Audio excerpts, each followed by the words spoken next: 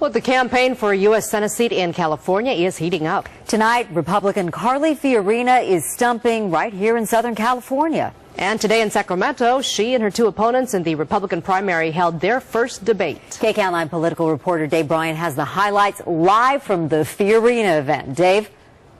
Well, Sylvia, Lena, about the only thing these three major Republican candidates agree on is they all want to knock off Barbara Boxer. Two of them were here tonight at a candidates forum in the Hollywood Hills. All three of the major Republican contenders participated in that radio debate you mentioned earlier, a debate in Sacramento, a debate in which there were some pretty heated exchanges on foreign policy issues. Tonight, the race for the Republican U.S. Senate nomination is getting pretty hot. After a heated radio debate earlier, two of the candidates, former Hewlett-Packard CEO Carly Fiorina and Irvine State Assemblyman Chuck DeVore, showed up at a Young Republicans candidate forum in the Hollywood Hills. In the debate, the third major Republican candidate, former Silicon Valley Congressman Tom Campbell, accused Fiorina's campaign manager of calling him an anti-Semite. Your political spokesperson, your campaign coordinator, got caught calling me an anti-Semite, and you didn't like the fact that he got caught. In an interview at the GOP forum, Fiorina said her campaign manager, Marty Wilson, emphatically denied he ever said it. Well, I take Marty Wilson at his word. He did not call Tom Campbell anti-Semitic. But what I and others have said, and what Tom Campbell's record shows, is that he has been anti-Israel. Campbell told me in an interview this week his record clearly shows he is not anti-Israel.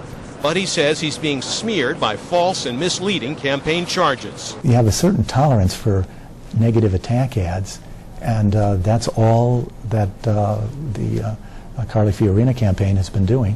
I think people will be turned off by that. Assemblyman Chuck DeVore says the crossfire in the debate was getting intense. There was a firefight going on to the left of me, and I was an observer and occasionally lobbed a few rounds in. One of those rounds was aimed at Fiorina. DeVore charges that when she was CEO of Hewlett-Packard, a company doing business with HP was selling sophisticated computer equipment and gear to Iran.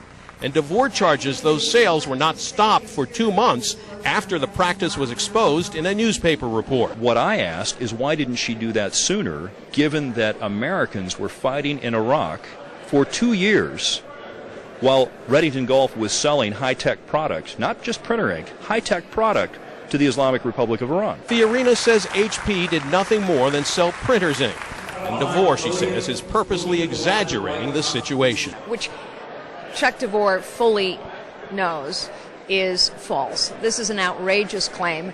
Hewlett-Packard has completely complied with all U.S. law in all cases. What Chuck DeVore is doing, as he frequently does, he misrepresents me continuously.